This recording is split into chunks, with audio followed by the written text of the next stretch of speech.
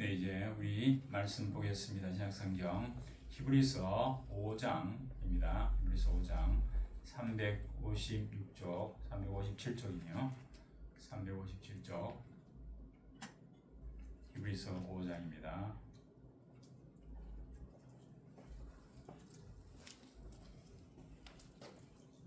예, 1절부터 우리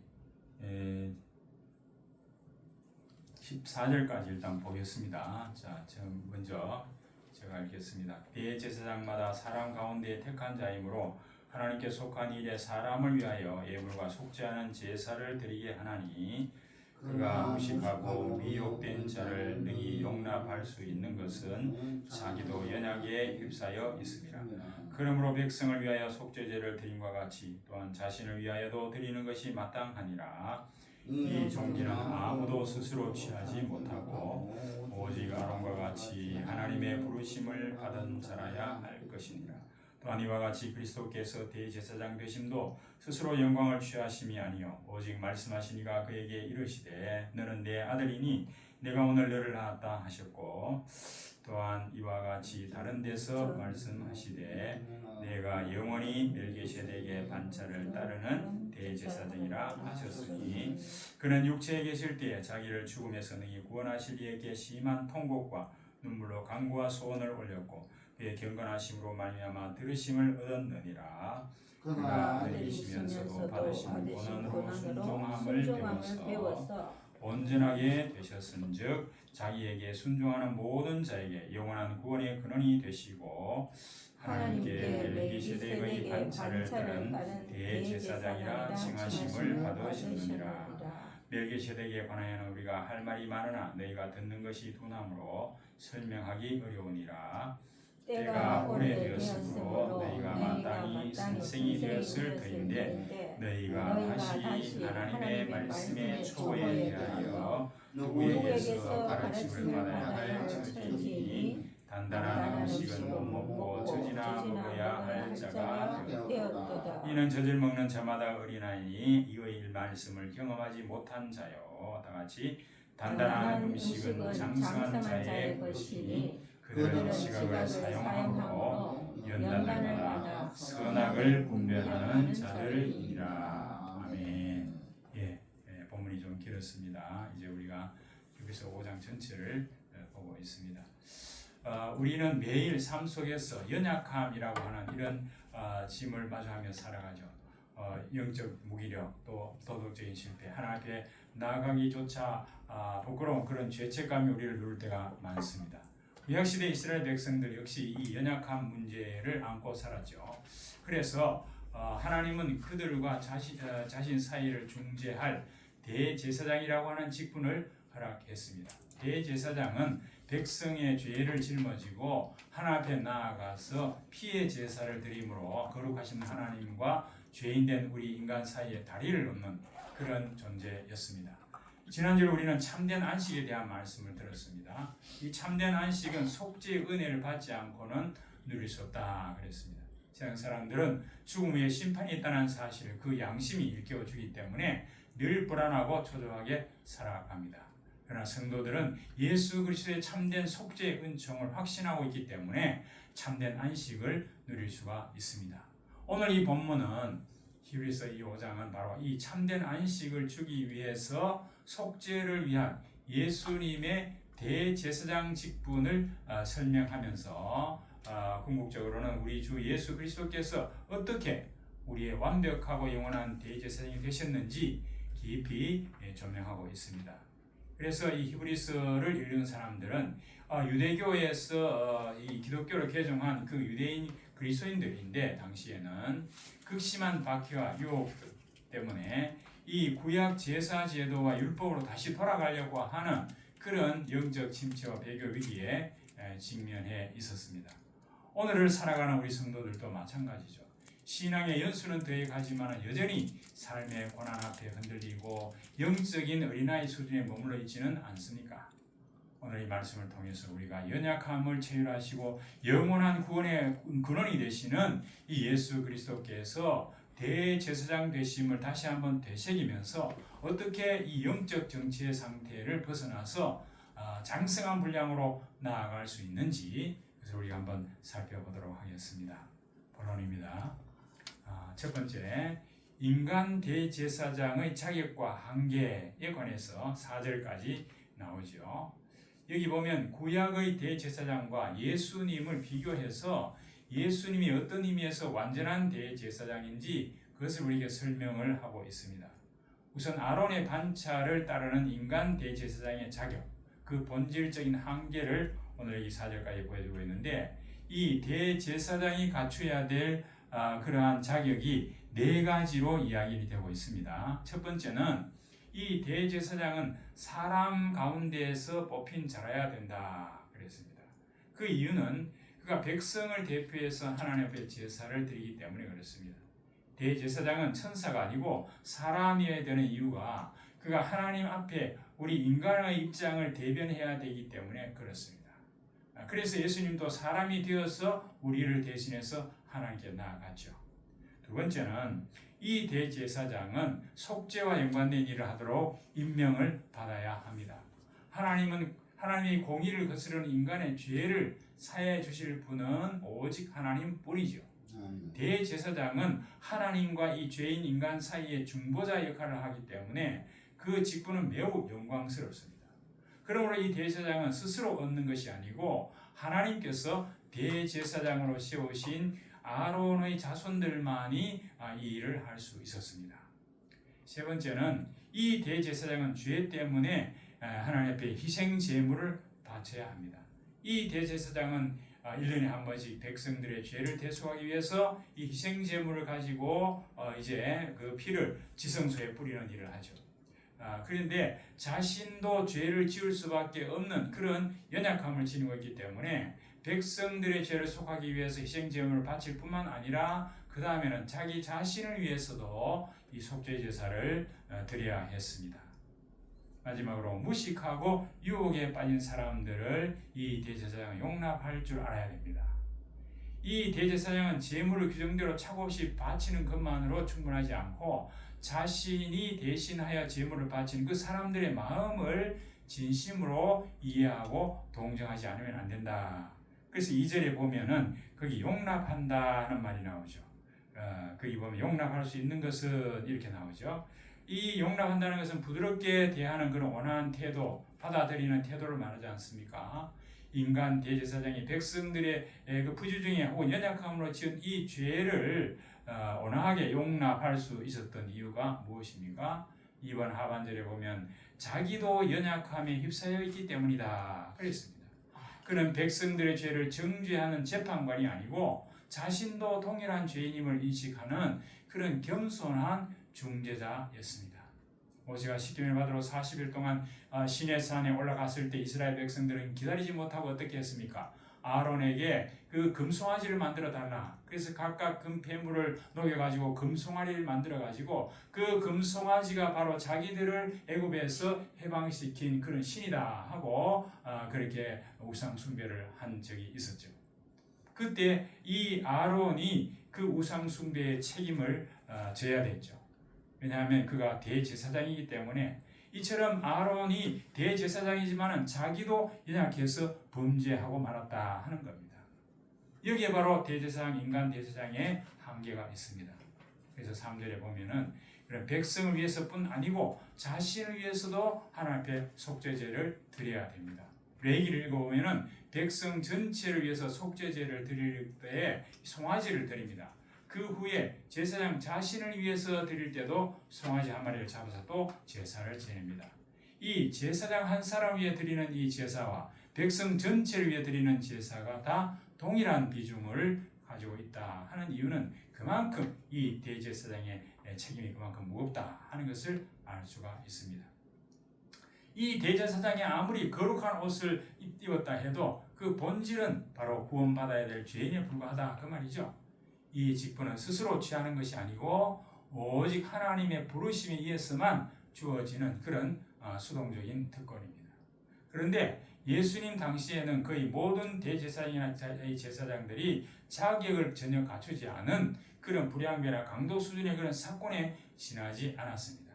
결국 그들은 예루살렘 멸망과 함께 죽임을 당하거나 노예로 끌려가고 말았습니다. 그 정도로 이 대제사장들이 타락했다 그 말입니다. 자, 두 번째로는 이 멜기세덱의 반차를 따르는 영원한 대제사장 예수님에 관해서 5절에서 10절까지 쭉 나옵니다. 자, 예수 그리스도는 인간 대제사장의 한계, 이런 한계를 뛰어넘어서 하나님의 선언과 그리스도 자신의 순종을 통해서 성취된 완벽한 대제사장임을 증거하고 있습니다. 첫 번째는 아론과 예수님이 다 같이 하나님의 부르심을 받았지만은 예수님이 더 우월하시고 이 멜기세덱의 계통을 따르는 영원한 대제사장이다 이렇게 말하고 있습니다. 아론은 인간이기 때문에 그 임명 기간이나 권위에 있어서 제한을 받지만 예수 그리스도는 하나님의 아들이기 때문에 그 기한이나 권위에 있어서 전혀 제한을 받지 않습니다. 아버지께서 이 아들을 임명하셨다고 하는 사실을 뒷받침하기 위해서 여기 보면 5절과 6절에 보면 시편 2편 7편 또 시편 110편 이 4절을 인용해서 그리스도의 정당성을 여기 증명하고 있습니다. 예수님 스스로 영광을 취한 것이 아니라 성부 하나님으로부터 너는 내 아들이다 하는 선언, 그리고 내가 영원히 멜기세덱의 반차를 따르는 제사장이다 하는 그런 임명을 받으셨다라고 기록하고 있습니다. 구약의 모든 제사장은 레위 지파 중에서 아론의 자손만 제사장이 된다 그랬습니다. 그런데 이 멜기세덱은 유대인이 아닙니다. 이 가나안 땅의 원주민 중에 누구인지 알 수 없으나 하나님을 섬기는 제사장으로 있었던 거죠. 그래서 이 아브라함이 전쟁에 승리하고 왔을 때 이 살림왕 멜기세덱이라는 자가 나와가지고 그를 이제 환영하고 하는 장면이 나오죠. 시편 110편에 보면 다윗이 예언하기를 완전한 제사장이 오시는데 그분은 멜기세덱의 반차를 따라 그 반차라는 그 계통을 따라서 오신다 그렇게 예언을 했습니다. 이 멜기세덱이라고 하는 사람은 성경에 보면 족보도 없고 태어난 기록도 없는 그런 특별한 분이에요. 그래서 히브리서 7장에 가면은 이제 이 멜기세덱의 반차라고 하는 말은 유대인 가운데에 본래 제사장의 혈통이 아닌 특별한 제사장이 오시는데 그분이 바로 예수님이다 그렇게 해석을 합니다.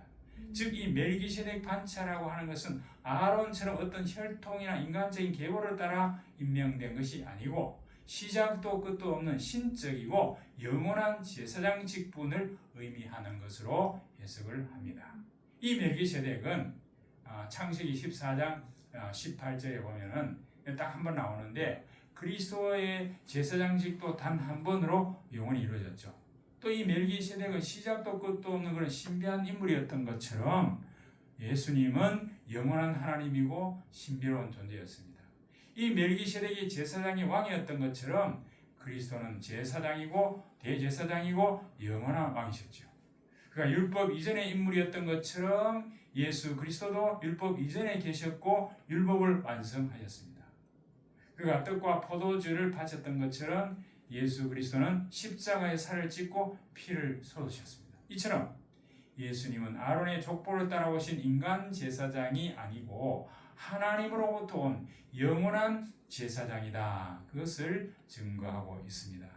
두 번째는 이 예수님께서 하나님께 순종함으로 육체로 이 땅에 오셔서 이 대제사장직을 수행하셨습니다. 영원한 대제사장께서 이 땅에 행하신 사역이 7절에 묘사가 되어 있죠.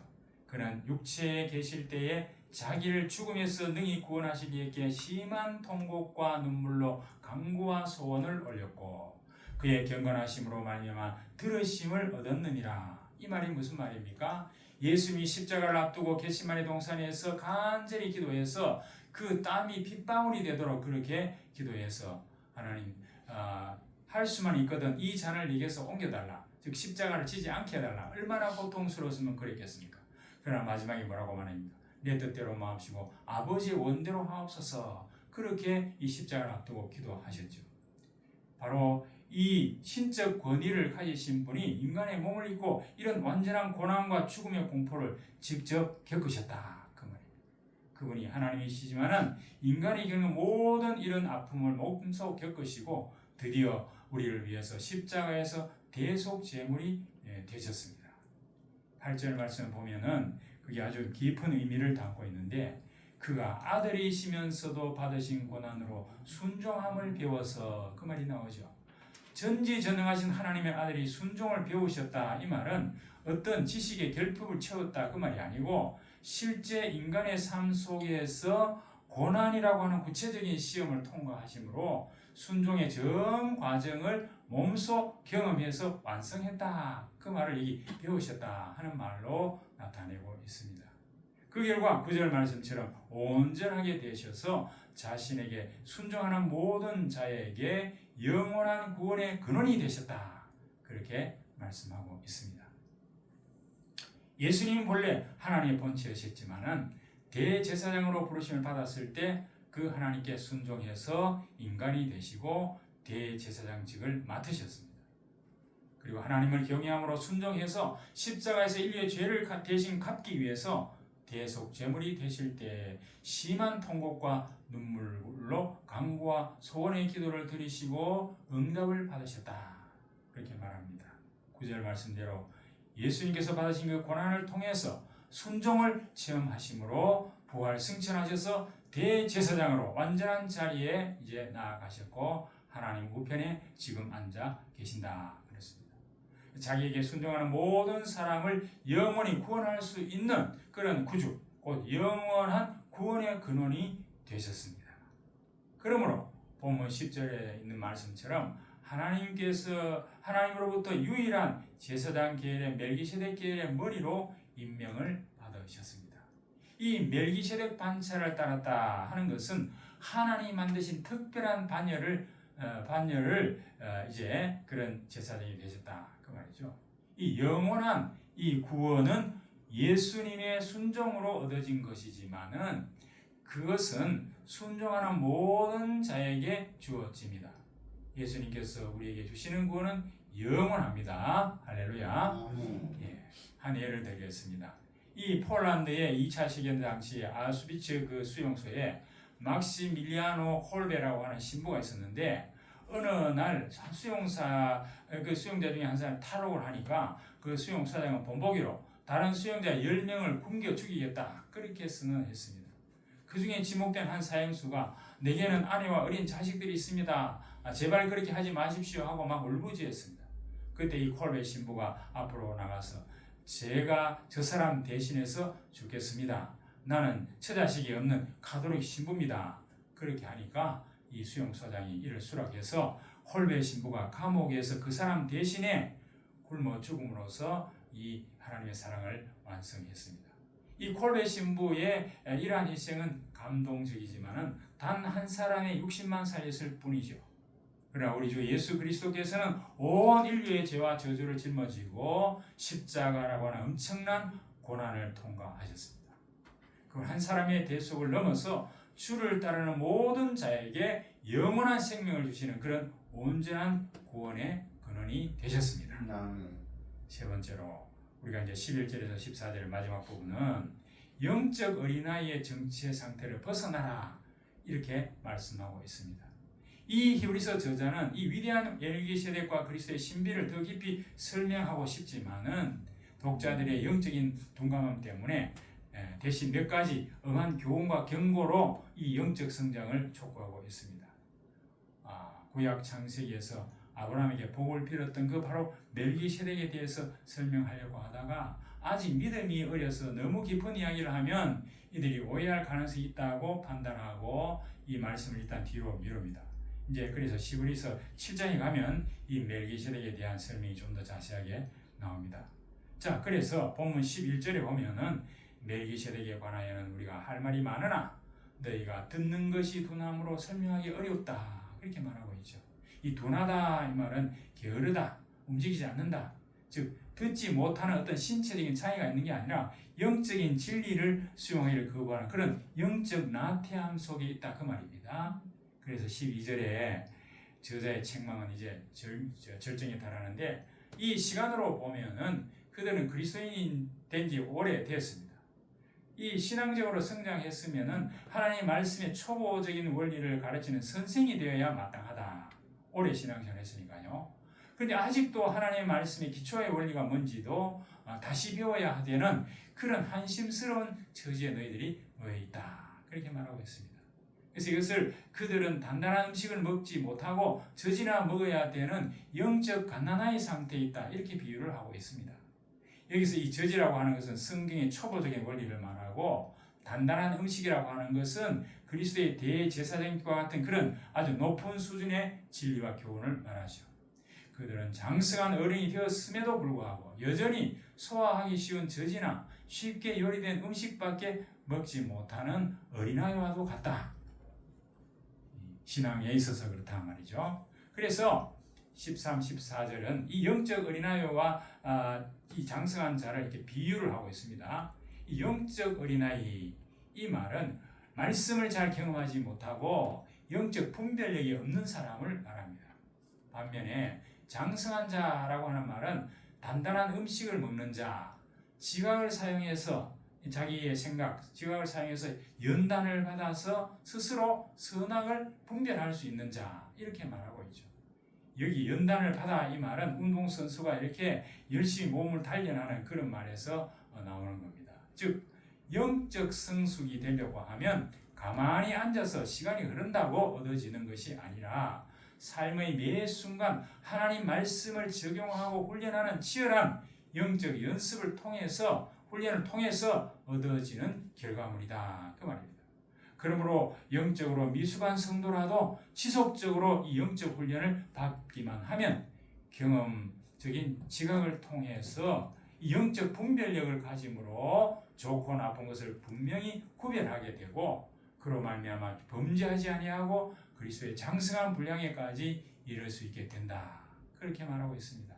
바로 영적 성숙은 매일 삶의 현장에서 말씀대로 살기 위해서 몸부림치는 그런 거룩한 연습, 거룩한 신앙 훈련을 통해서만 이루어질 수 있다. 그래서 우리가 예배 마친 후에 우리가 리딩 지저스도 하고 또 성경 공부도 하고 하는 것이 바로 이제 뭡니까? 이 영적 어린아이에서 장성한 분량으로 자라나기 위한 하나의 훈련 과정이다, 그렇게 보면 되겠습니다. 말씀을 정리하겠습니다. 오늘 우리는 인간 대제사장의 한계와 이를 온전히 극복하고 우리의 영원한 구원의 근원이 되시는 예수 그리스도의 대제사장 사역을 우리가 살펴봤습니다. 그리고 이 은혜를 입은 자로서 우리는 영적 초회에 머무르지 말고 장성한 분량으로 성장해야 된다고 하는 도전을 받았습니다. 우리가 영적 어린아이 상태를 탈피하고 장성한 자로 나아가기 위해서는 우리가 무엇을 실천해야 되겠습니까? 첫 번째로는 구체적인 말씀 통독, 이 단단한 말씀을 묵상하는 훈련을 해야 되겠습니다. 매일 내 귀에 달콤하고 위로가 되는 말씀만 편식하는 그런 젖먹는 신앙에서 벗어나서 하나님의 공의, 십자가의 고난, 종말론적 심판, 전도, 이런 등등 이 좀 부담스럽고 소화하기 힘든 이런 단단한 음식과 같은 말씀도 우리가 깊이 읽고 연구해야 된다. 일주일에 최소한 한 번은 말씀을 깊이 연구하고 묵상하시기 바랍니다. 두 번째는 삶의 현장에서 선악을 분별하는 훈련을 해라. 매일 아침 삶의 자리로 나아갈 때에 우리가 가정에서나 또 직장에서나 어떤 결정을 내려야 할 때에 예수님이라면 어떻게 하셨을까? 늘 이 질문을 던지시기 바랍니다. 다른 사이 관계에서 어떤 이런 서로 이 갈등이 빚어질 때 예수님이라면 이때 어떻게 할까를 늘 생각해 보시기 바랍니다.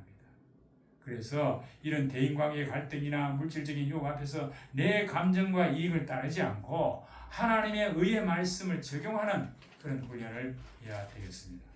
죄와 타협하지 않는 그런 영적 체력, 그 훈련을 우리가 매일 반복하시기 바랍니다.